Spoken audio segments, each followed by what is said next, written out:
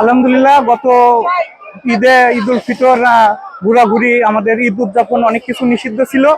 সে নিষিদ্ধ পার করে যুদ্ধ পরিস্থিতি শেষ করে এখন বর্তমানে আমরা ঈদ উল আজহার ঈদটা অনেক সুন্দরভাবে কাটাইতে পারতেছি। প্রবাসের ঈদটা পরিবার ছাড়া খুবই কষ্টের।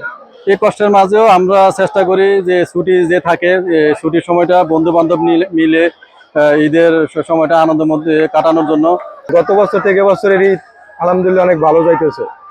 সবাই মোটামুটি সাগর পাড়ে এবছর এরকমের লোক কখনোই আমি দেখি নাই যে ঈদের সময় এরকম লোক হয়। গত রোজার ঈদ ঘুরতে পারি নাই, আমরা খুবই সমস্যা ছিল যুদ্ধের কারণে।